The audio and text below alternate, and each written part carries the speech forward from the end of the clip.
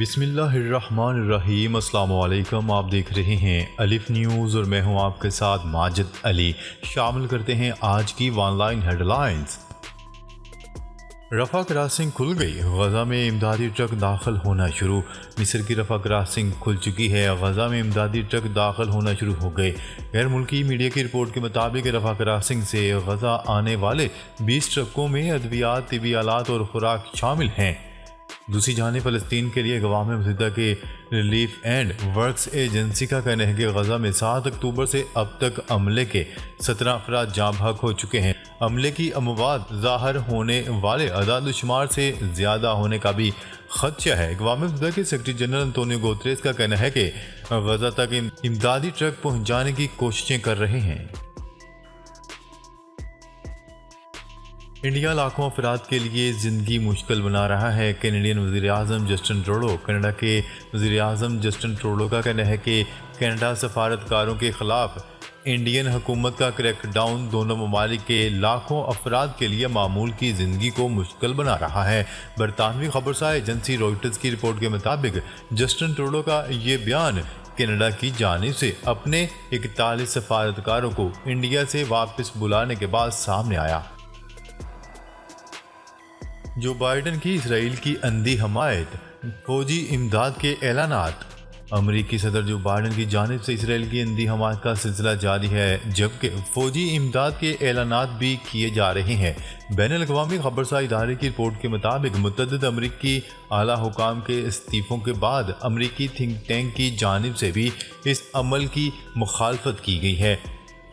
انسٹی ٹیوٹ for policy studies نے اسرائیل کی مزید فوجی مدد کی مذمت کی ہے، جبکہ این پی پی کی جانب سے جو بائیڈن کی اسرائیل کے لیے امریکی امداد اربوں ڈالر تک بڑھانے پر تنقید کی گئی۔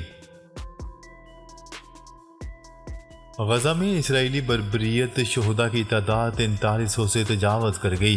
اسرائیلی فوج کی جانب سے غزہ میں بربریت کا سلسلہ جاری ہے، جبکہ ہسپتالوں، شہری آبادیوں اور عبادت گاہوں کو نشانہ بنایا جا رہا ہے۔ شہداء کی تعداد 4300 سے تجاوز کر چکی ہے۔ غیر ملکی ذرائع ابلاغ کے مطابق اسرائیلی فوج کی جانب سے غزہ کے قدیم ترین گرجا گھر پر بھی بمباری کی گئی، جس کے باعث چرچ میں پناہ لینے والے 10 فلسطینی جاں بحق ہو گئے۔ رپورٹ کے مطابق غزہ کی پٹی پر اسرائیلی بمباری میں 30% سے زائد مکانات تباہ ہو چکے ہیں۔ اسرائیلی ظلم کے باعث بے گھر ہونے والے فلسطینیوں کی تعداد بھی 10 لاکھ تک پہنچ چکی ہے۔ اسرائیلی فوج کا القدس ہسپتال خالی کرنے کا الٹیمیٹم، نتائج بھگتنے کی دھمکی۔ اسرائیلی فوج نے القدس ہسپتال کو خالی کرانے کا الٹیمیٹم دیتے ہوئے نتائج بھگتنے کی دھمکی دے دی۔ القدس ہسپتال میں 8000 بے گھر فلسطینیوں نے پناہ لے رکھی ہے۔ تفصیلات کے مطابق اسرائیل کی غزہ پر بمباری 15ویں دن بھی جاری رہی۔ صہیونی فورسز کی جارحیت انتہا کو پہنچ چکی ہے۔ اسرائیلی فوج نے القدس ہسپتال کو خالی کرنے کا الٹیمیٹم دے دیا اور دھمکی دی ہے کہ ہسپتال خالی کرو ورنہ نتائج بھگتنا ہوں گے۔ القدس ہسپتال میں 8000 بے گھر فلسطینیوں نے پناہ لے رکھی ہے۔ سعودی ولی عہد اور فرانسیسی صدر میں ٹیلی فونک رابطہ۔ سعودی ولی عہد شہزادہ محمد بن سلمان اور فرانسیسی صدر ایمانوئل میکرون نے ٹیلی فونک رابطہ کیا ہے۔ سعودی پریس ایجنسی کی رپورٹ کے مطابق شہزادہ محمد بن سلمان اور ایمانوئل میکرون نے غزہ کی موجودہ صورتحال پر تبادلہ خیال کیا۔ سعودی ولی عہد نے کہا کہ خطے میں امن و سلامتی استحکام کے لیے کشیدگی ختم کرنے کی اہمیت پر زور دیا ہے۔ سعودی ولی عہد نے پرامن نہتے شہریوں کو کسی بھی صورت میں نشانہ بنانے کو سختی سے مسترد کیا۔ انہوں نے کہا ہے کہ غزہ میں جاری عسکری کارروائیاں فوری طور پر روک دی جائیں۔ فلسطینیوں کو بے دخل نہیں کیا جا سکتا، محمود عباس۔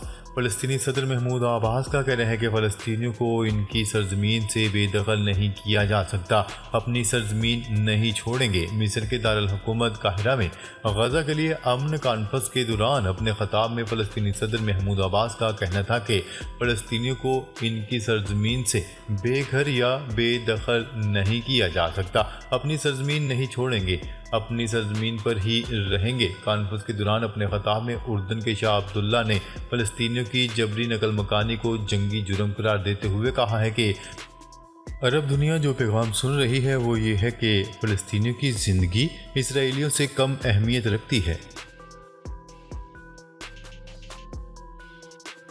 حماس نے اسرائیل پر حملے میں ممکنہ طور پر شمالی کورین ہتھیار استعمال کیے۔ شواہد: فلسطینی عسکریت پسند تنظیم حماس نے اسرائیل پر 7 اکتوبر کو کیے جانے والے حملوں میں ممکنہ طور پر شمالی کورین ہتھیار استعمال کیے ہیں۔ خبرساں ادارے ایسوسی ایٹڈ پریس کے مطابق اس نتیجے پر پہنچنے کی بنیاد عسکریت پسند گروپ کی ایک ویڈیو اور اسرائیل کی جانب سے ضبط کیے گئے ہتھیار ہیں۔ شمالی کوریا حماس کو ہتھیار فراہم کرنے کی تردید کر چکا ہے۔ شمالی کوریا کے ہتھیاروں پر مہارت رکھنے والے 2 جنوبی کورین ماہرین اور اسرائیل کی جانب سے ضبط کیے جانے والے ہتھیاروں کا ایسوسی ایٹڈ پریس کی طرف سے کیا گیا تجزیہ اس طرف اشارہ کرتے ہیں کہ حماس نے شمالی کوریا کے بنائے گئے ہتھیار استعمال کیے ہیں۔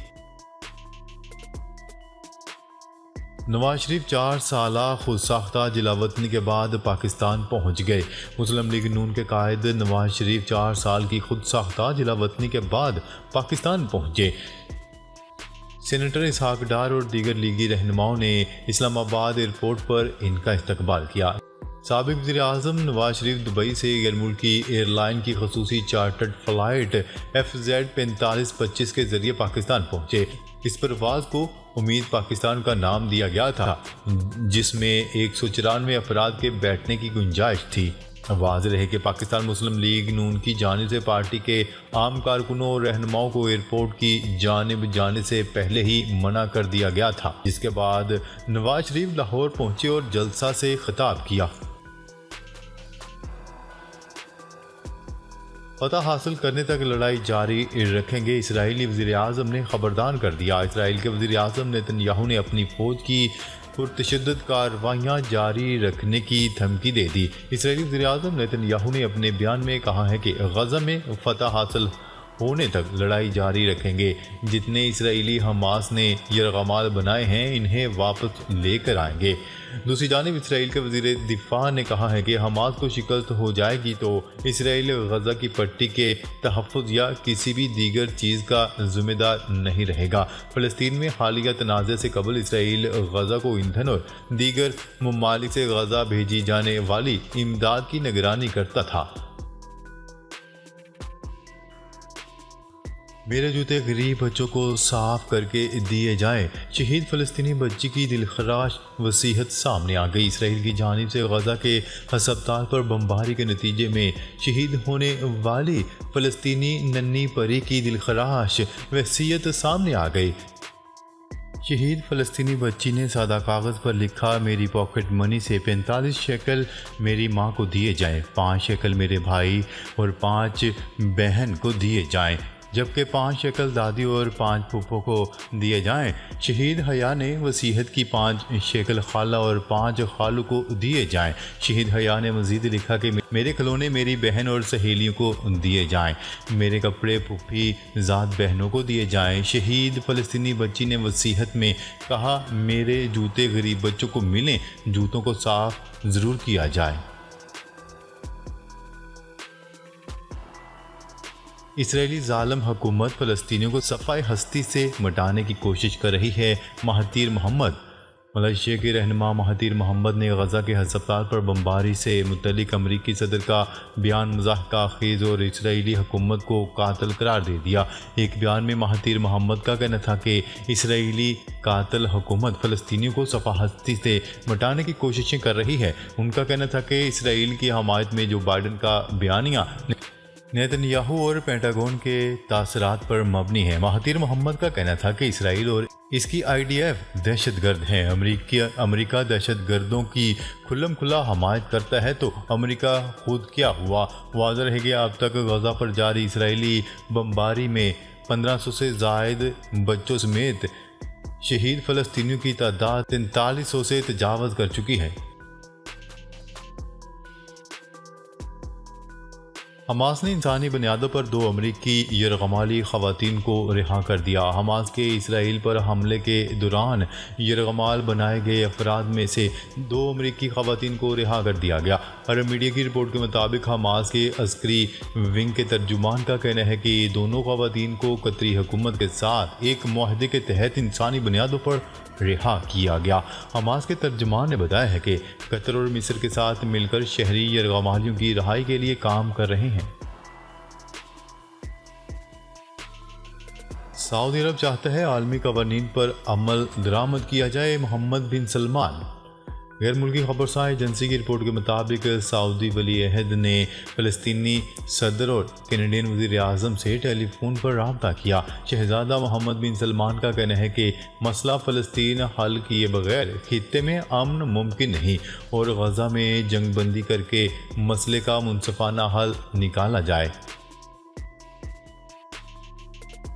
اسرائیل پر حملہ حسابی مہم جوئی شکست دیں گے حماس سربراہ۔ حماس تحریک سربراہ نے کہا ہے کہ اسرائیل پر حملہ ایک حسابی مہم جوئی ہے، اسرائیل کو شکست دیں گے۔ العربیہ چینل کے ساتھ ایک خصوصی انٹرویو میں ان کا کہنا تھا کہ قیدیوں کی تعداد کی تفصیلات صرف القسام برگیڈز کے پاس موجود ہیں اور ہمارے پاس کافی اسرائیلی فوجی قیدی ہیں جس پر ہم اپنے قیدیوں کے لیے مذاکرات کر سکتے ہیں۔ ناظرین، اب تک کے لیے اتنا ہی۔ مزید خبریں لے کر بہت جلد آپ کی خدمت میں حاضر ہوں گے، تب تک کے لیے اپنا خیال رکھیے گا۔ اللہ نگہبان۔